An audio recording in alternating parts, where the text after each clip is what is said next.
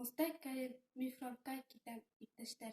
Иярләнә атай ялын үреп, Акбүз атын ярһыу ап-агын.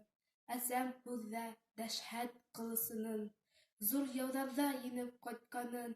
Мин фронтка китәм, иптәштәр.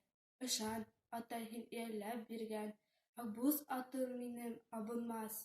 Йәшен тамған был ҡылысты, әсәй, Һуғарырмын дошман ҡанына, Йыуырмын мин дошман ҡаны менән, Ҡайырылмас ҡаты дауылдарҙа Үсһәм нәфрәт биргән ҡанаты.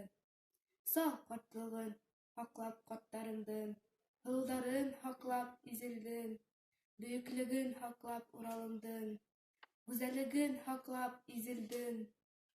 Атасаҡтан киләсәк яҙ өсөн, Яҙын япраҡланыр гөл өсөн, Тыуыр балам йырланыр йыр өсөн һәм тыуған ер өсөн. Мин фронтка китәм, иптәштәр.